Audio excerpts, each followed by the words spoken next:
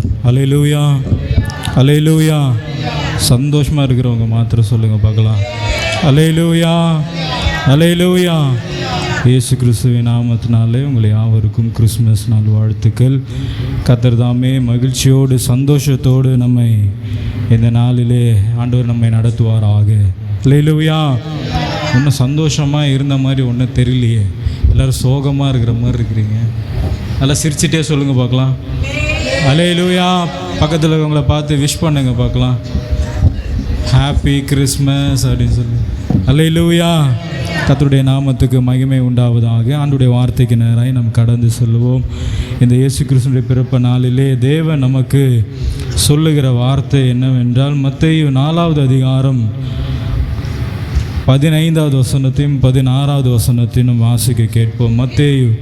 மத்தேயு 4வது அதிகாரம் 15, 16.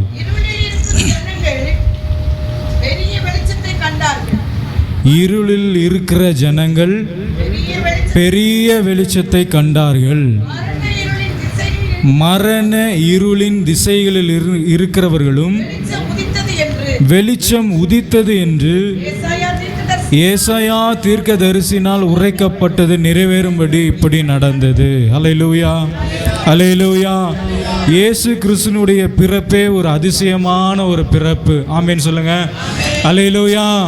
இந்த உலகத்தில் எத்தனையோ பேர் பிறந்து மரித்து இருந்தாலும் நம்முடைய ஆண்டவராகிய இயேசு கிறிஸ்துவினுடைய பிறப்பு ஏன் ரொம்ப ஸ்பெஷல்னு கேட்டிங்கன்னா, அவர் நமக்காகவே பிறந்து இந்த உலகத்தில் நமக்காகவே பல அற்புதங்களை செய்த கர்த்தர். அல்லேலூயா. இன்னைக்கும் அவர் அற்புதங்களை செய்கிறவராய் காணப்படுகிறார். அல்லேலூயா, அல்லேலூயா. ஒரு குடும்பத்தில் ஒரு குழந்தை பிறக்கும் அப்படின்னு சொன்னால் அந்த குடும்பத்திற்கு மாத்திரம் சந்தோஷம் உண்டாகும் இல்லையா? அந்த குடும்பத்திற்கு மாத்திரம் மகிழ்ச்சி உண்டாகும். ஆனால் இயேசு கிறிஸ்துவுடைய பிறப்பை குறித்து வாசிக்கும் பொழுது உலகத்தில் இருக்கிற எல்லா ஜனத்திற்கும் மிகுந்த சந்தோஷத்தை அறிவிக்கிற ஒரு பிறப்பாக அது காணப்படுகிறது. ஆமென், அல்லேலூயா. இப்போ இந்த மத்தேயு 4வது அதிகாரம் 15வது வசனத்தில் வாசிக்கும் பொழுது, இருளில் இருக்கிற ஜனங்கள் பெரிய வெளிச்சத்தை கண்டார்கள். இருளிலே இருக்கிற ஜனங்களுக்கு இயேசு கிறிஸ்துவுடைய பிறப்பு எப்படி காணப்பட்டது என்று சொன்னால், அது ஒரு பெரிய வெளிச்சமாக காணப்பட்டது. அல்லேலூயா. ஒரு பெரிய வெளிச்சத்தை உண்டாக்குகிறதான ஒரு பிறப்பாக காணப்படுகிறது. இருளிலே இருந்த ஜனங்கள், இருள் என்று சொல்லப்படுகிறது, அது பாவத்தை குறிக்கிறது, அது சாபத்தை குறிக்கிறது, தேவனிடத்தில் இருந்து பிரிக்கப்பட்ட ஒரு நிலையை அது குறிக்கிறது. அப்படிப்பட்டதான ஒரு சூழ்நிலையில் இருந்த அந்த ஜனங்களுக்கு தேவன் ஒரு பெரிய ஒரு வெளிச்சமாக இந்த உலகத்தில் அவர் உதித்தார். அல்லேலூயா. இயேசு கிறிஸ்து பிறப்பதற்கு முன்பதாகவே ஏசாயா தீர்க்கதரிசியின் மூலமாக இவைகள் தீர்க்க தரிசனமாக உரைக்கப்பட்டது. நீங்கள் ஏசாயா 9வது அதிகாரம் 2வது வசனத்தை வாசிக்கும் பொழுது, இருளில் நடக்கிற ஜனங்கள் பெரிய வெளிச்சத்தை கண்டார்கள். நம்ம எல்லாரும் இன்னைக்கு இருட்டில் தான் இருக்கிறோம். நம்ம எல்லாரும் எங்கே தான் இருக்கிறோம்? இருளில் தான் இருக்கிறோம். அப்போ இருளில் இருக்கிற நமக்கு இந்த இயேசு கிறிஸ்துவினுடைய பிறப்பு எப்படி காணப்படுகிறது என்று சொன்னால், ஒரு பெரிய வெளிச்சமாக காணப்படுகிறது. அல்லேலூயா. இருள் அப்படின்னாலே ஒரு பயம்தான், இருள் இருந்தாலே ஒரு அச்சம்தான். ஏதோ ஒரு கட்டுக்குள்ளாக, ஏதோ ஒரு சாபத்திற்குள்ளாக தேவனுடைய ரட்சிப்பு இல்லாதபடிக்கு காணப்படுகிறதான ஒரு சூழ்நிலையில் இந்த உலகத்திற்கு நம்முடைய தேவாதி தேவன் ஒளியாக பிறந்திருக்கிறார். அல்லேலூயா. அதனால தான் யோவான் 12வது அதிகாரம் 46வது வசனத்தில் வாசிக்கிறோம், என்னிடத்தில் விசுவாசமாய் இருக்கிறவன் எவனும் இருளில் இராதபடிக்கு நான் உலகத்தில் ஒளியாக வந்தேன். ஆண்டவர் எப்படி வந்தாரா? ஒளியாக வந்தார். உலகத்திற்கு ஒளியாக வந்தார். இருட்டில் இருந்த நமக்கு தேவன் ஒளியாக வருகிறவராய் காணப்படுகிறார். அல்லேலூயா, அல்லேலூயா. லூக்கா 1வது அதிகாரம் 78வது வசனத்தை 79வது வசனத்தை வாசிப்போம். லூக்கா 1வது அதிகாரம் 78, 79. அந்தகாரத்திலும் மரண இருளிலும் உட்கார்ந்து இருக்கிறவர்களுக்கு வெளிச்சம் தரவும். யாருக்குன்னா, அந்தகாரத்திலும் மரண இருளிலும் உட்கார்ந்து இருக்கிறவர்களுக்கு வெளிச்சம் தரவும், நம்முடைய கால்களை சமாதானத்தின் வழியிலே நடத்தவும், அவ்விக்கிரத்தினாலே உன்னதத்திலிருந்து தோன்றிய அருணோதயம் நம்மை சந்தித்திருக்கிறது என்றார். ஹல்லேலூயா. இந்த அருணோதயம் என்று சொல்லப்படுகிறது வெளிச்சத்தை குறிக்கிறது. யாருக்கு இந்த வெளிச்சத்தை தேவன் கொடுக்கிறார் என்று சொன்னால், அந்தகாரத்தை மரண இருளில் உட்கார்ந்து இருக்கிறவர்களுக்கு ஒரு வெளிச்சத்தை தருவதற்காக இந்த உலகத்தில் தேவன் பிறந்தார். ஹல்லேலூயா, ஹல்லேலூயா. எங்கெல்லாம் நல்ல வெளிச்சமாக இருக்கிற இடத்துல நல்ல ஜனங்க உற்சாகமாக சந்தோஷமாக இருப்பாங்க. இருட்டில் இருக்கிற இடத்துல ஜனங்கள் எப்படி இருப்பாங்க? பயந்து போயிருப்பாங்க, நடுங்கி போயிருப்பாங்க. எப்போ தான் கரண்ட் வரும்னு தெரியல. கரண்ட்டு திடீர்னு கட் ஆயிடுச்சுன்னா எப்படா கரண்ட் வரும்? அப்போ அநேக பேர் என்ன பண்ணுறாங்கன்னா வெளிச்சத்தை விரும்புகிறார்கள். நம்முடைய வாழ்க்கையில் பாவம் என்கிற வெளிச்சத்தில் இருட்டில் நாம் காணப்படுகிற பொழுது, சாபம் என்கிற இருளில் காணப்படுகிற பொழுது, நம்பிக்கையற்ற இருளில் காணப்படுகிற பொழுது, இருள் என்கிற ஒரு வாழ்க்கையில் வாழ்ந்து கொண்டிருக்கிற பொழுது, நம்முடைய ஆண்டவர் நமக்கு வெளிச்சமாக இந்த நாளில் நமக்கு பிறந்திருக்கிறார். அல்லேலூயா, அல்லேலூயா. இந்த வெளிச்சம் ஏன் நம்முடைய வாழ்க்கையில் தேவைப்படுகிறது என்று சொன்னால், இந்த இயேசு கிறிஸ்துடைய பிறப்பாகிய அந்த வெளிச்சம் நம்முடைய வாழ்க்கையில் ஏன் தேவைப்படுகிறது என்று சொன்னால், நீங்கள் ஏசாயா தீர்க்கதரிசி 59வது அதிகாரம் 9-10 வாசிங்க. ஏசாயா 59வது அதிகாரம் 9வது வசனத்தையும் 10வது வசனத்தையும். ஆதலால், நல்ல கவனிங்களேன், ஆதலால் நியாயம் எங்களுக்கு தூரமாய் இருக்கிறது, நீதி எங்களை தொடர்ந்து பிடிக்காது. வெளிச்சத்திற்கு காத்திருந்தோம், இதோ இருள் பிரகாசத்திற்கு காத்திருந்தோம், ஆனாலும் அந்தகாரத்திலே நடக்கிறோம். நல்லா பாருங்களேன், இந்த வசனத்தை வாசிங்க, மறுபடியும் வாசிங்க. ஆதலால் நியாயம் எங்களுக்கு, அப்பனா அநியாயத்தை அனுபவித்து கொண்டிருக்கிறார்கள். அநியாயத்தினுடைய வாழ்க்கையில் அவர் வாழ்ந்து கொண்டிருக்கிறபடினால இந்த இடத்துல சொல்லப்பட்டிருக்கிறது, நியாயம் எங்களுக்கு தூரமாக இருக்கிறது,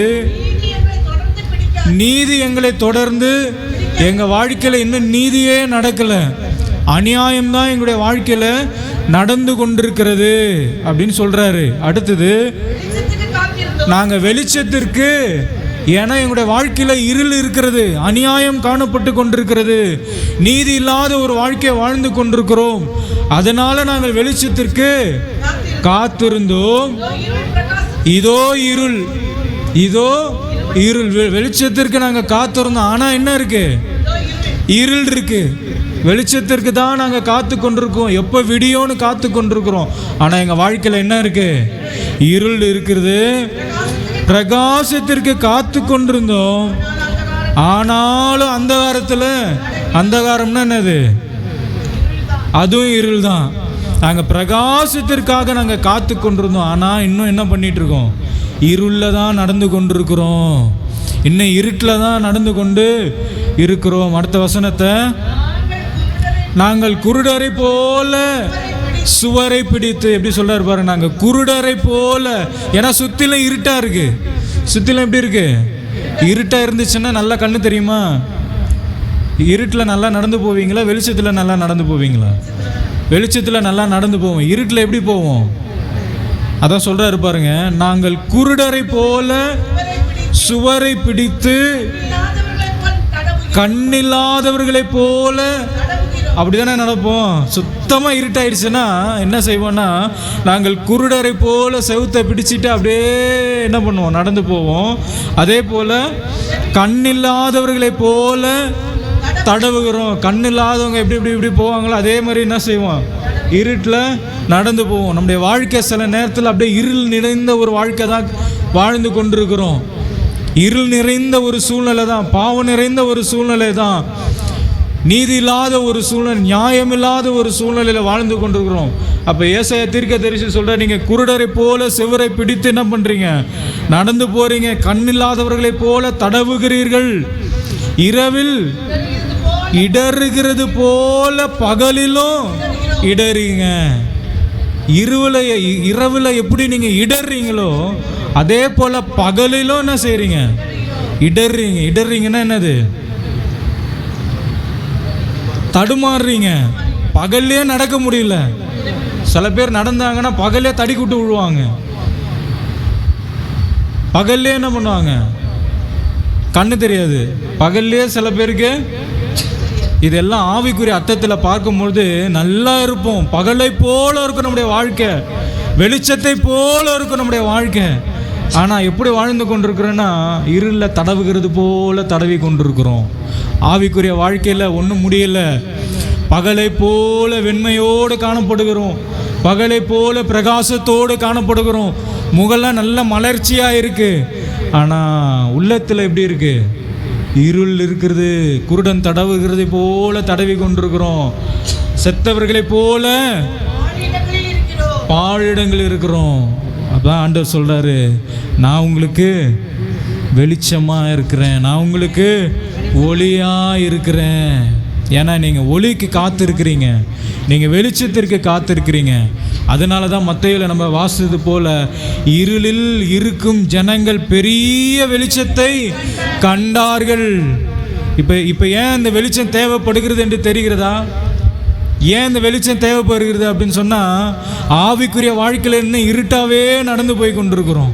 ஆண்டவர் சொல்கிறாரு, இருளில் இருக்கிற உங்களுக்கு ஒரு பெரிய வெளிச்சத்தை இந்த நாளில் நான் கொடுக்கிறேன். அல்லேலூயா, அல்லேலூயா. ஒரு சத்தமாக சொல்லுங்க, அல்லேலூயா. நம்முடைய வாழ்க்கை இருளை போல காணப்படலாம். மற்றொரு பார்வைக்கு ஒரு வேளை வெளிச்சத்தை போல பட்ட பகலை போல காணப்படலாம்.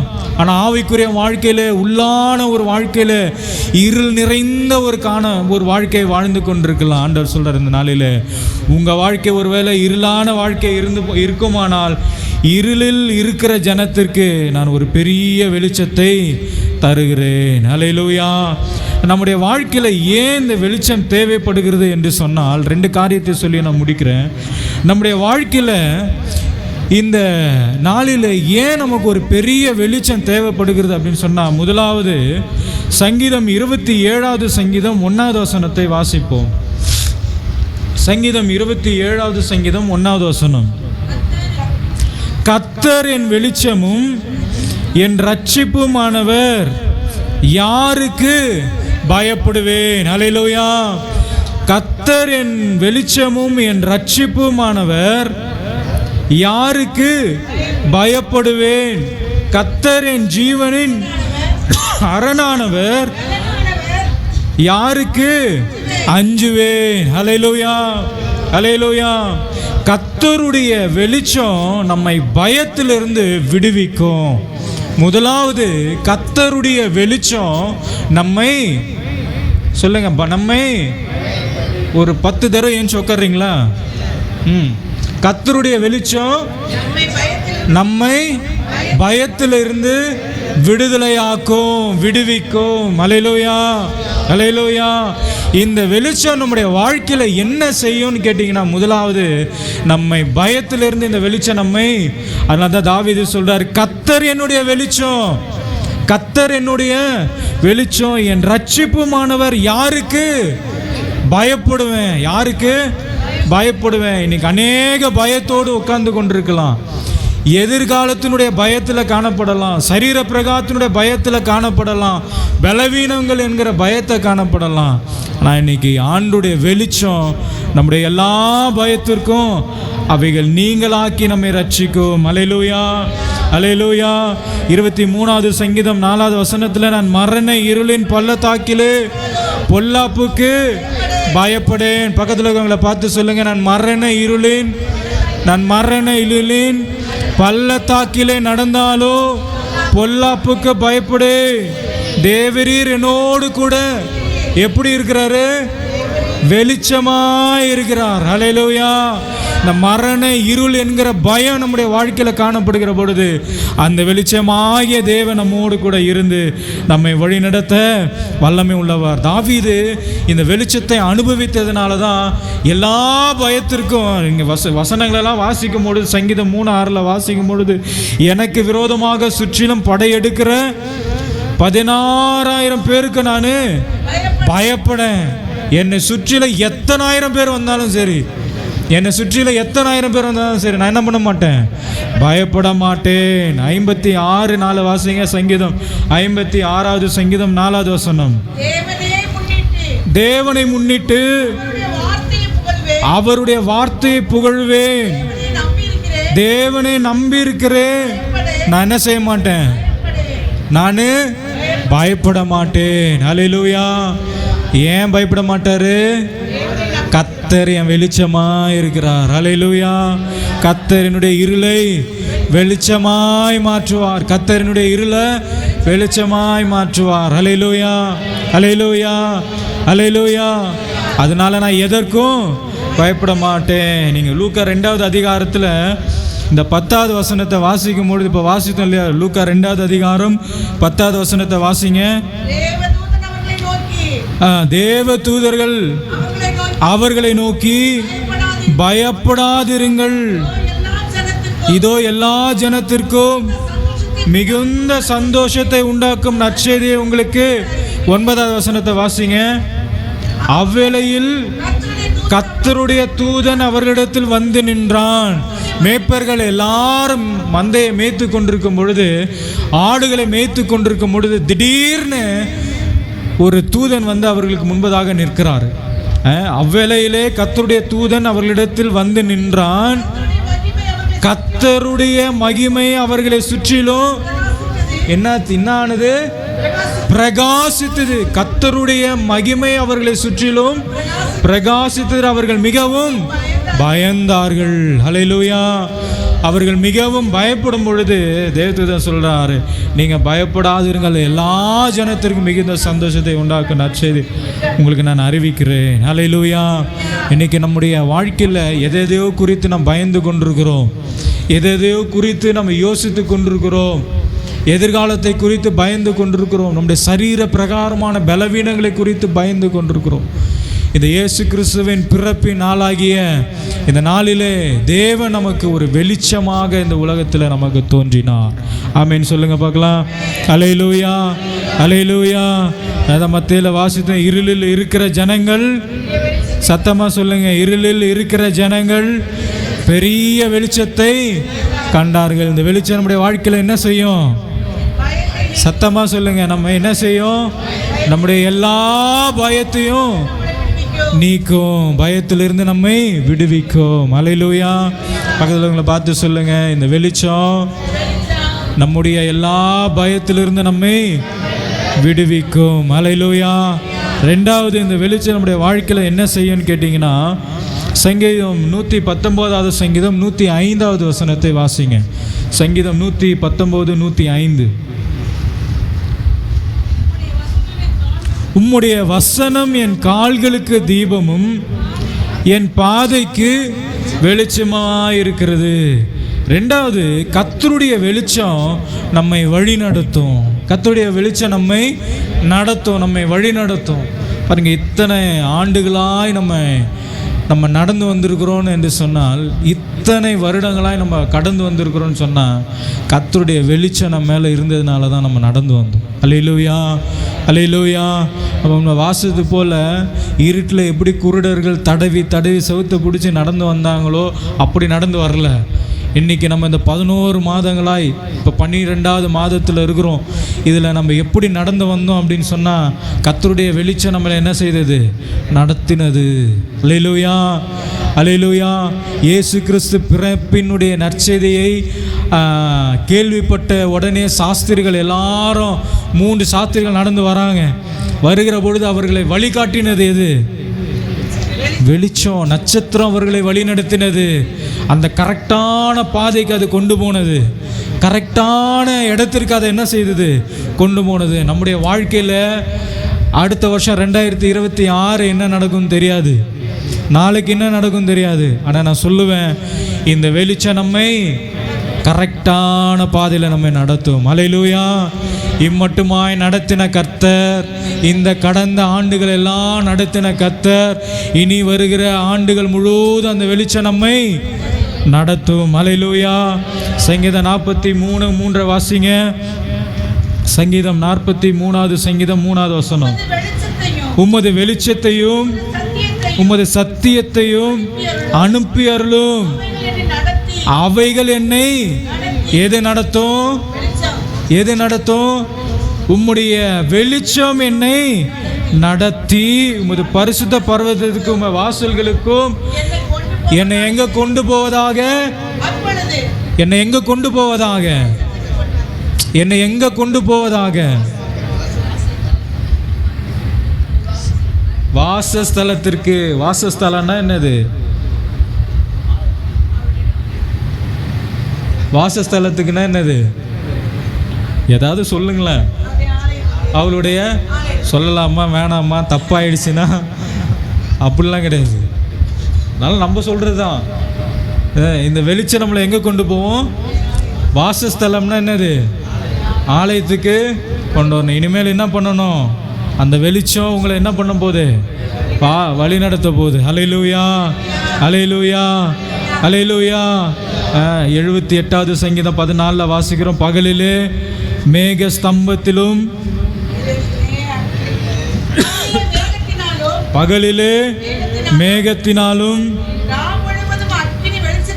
ரா முழுவதும் அக்கினி வெளிச்சத்தினாலும் யார? இஸ்ரவேல் ஜனங்கள. அல்லேலூயா. இந்த வனாந்திரத்தில் பகலில் மேக ஸ்தம்பம். பகலில் வெயில் அடிக்கக்கூடாது. நல்லா கவனிங்க பாருங்கள். பகலில் வெயில் உச்சி, வனாந்திரத்தில் வெயில் படக்கூடாதுன்னு மேக ஸ்தம்பத்தை கொடுக்குறாரு ஆண்டவர். மேக ஸ்தம்பம் வந்துருச்சுன்னா எப்படி இருக்கும்? நிழல் வந்துடும். இப்போ ரா முழுவதும் அக்கினி வெளிச்சத்தினாலும். பகலில் மேக ஸ்தம்பத்தை கொடுத்து வழி நடத்துகிறாரு. ராத்திரியில் என்ன ஆகும்? குளிரும். இப்போ ஆண்டவர் என்ன பண்ணுறார்? அக்கினி ஸ்தம்பத்தை கொடுத்து வெளிச்சத்தினால் அவர்களை வழி நடத்தினார். நம்ம கர்த்தர் என்ன பண்ணுவார்? சத்தமாக சொல்லுங்க. நம்ம என்ன பண்ணுவார்? கர்த்தர் வழி நடத்துவார். அல்லேலூயா. 89:15 வாசிக்கிற கம்பீர சத்தத்தை அறிவியும் ஜனங்கள் பாக்கியவான்கள். கம்பீர சத்தத்தை அறியும் ஜனங்கள் பாக்கியவான்கள். கர்த்தாவே, அவர்கள் உம்முடைய முகத்தின் வெளிச்சத்திலே நடப்பார்கள்.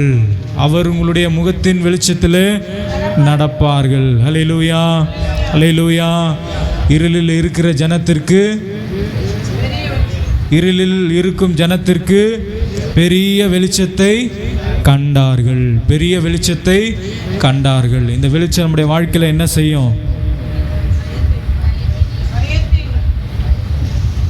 இந்த வெளிச்சம் நம்முடைய வாழ்க்கையில் என்ன செய்யும்?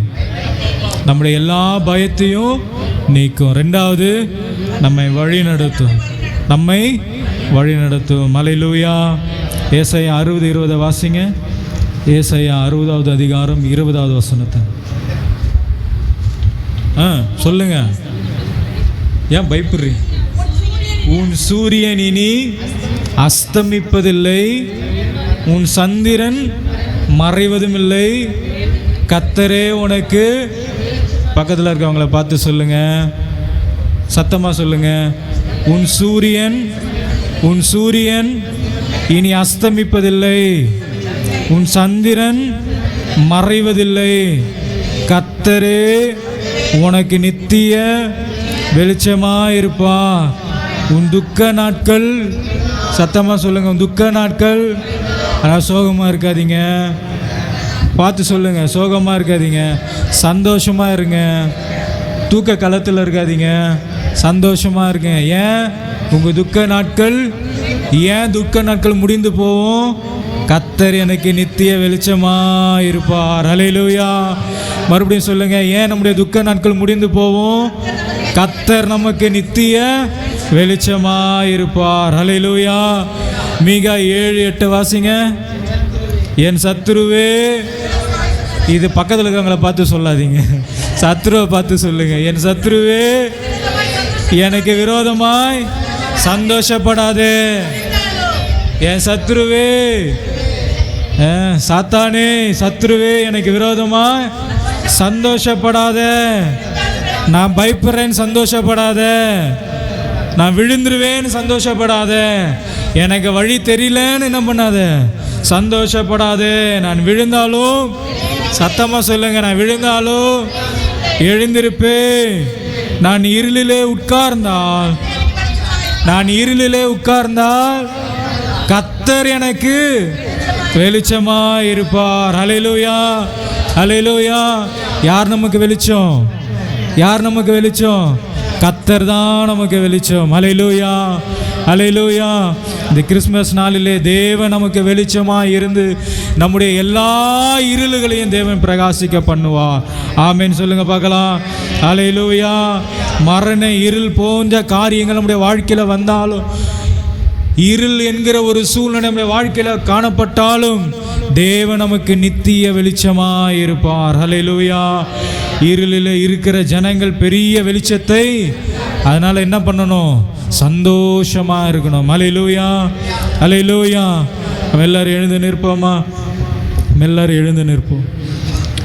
ஹல்லேலூயா. நல்ல ஜெபத்தோடு கூட, ஆண்டவரே ஒரு நித்திய வெளிச்சத்தை எங்கள் மீது பிரகாசிக்க பண்ணுகிறபடினால நாங்கள் உமக்கு நன்றி செலுத்துகிறோம் என்று சொல்லி எல்லாரும் கொஞ்சம் வாய்களை திறந்து நன்றி சொல்லி, ஆண்டவரே இந்த நாளில் எங்களுக்கு நீ ஒரு நல்ல வெளிச்சமாக இருக்கிறதற்காக நன்றி. ஹல்லேலூயா. ஒரு காலத்தில் நாங்கள் வெளிச்சத்தை இருளிலே நாங்கள் காணப்பட்டோம். இந்த நாளிலே நீர் எங்களுக்கு ஒரு நல்ல வெளிச்சத்தை ஆண்டவரே தந்ததற்காக நாங்கள் உமக்கு நன்றி செலுத்துகிறோம்.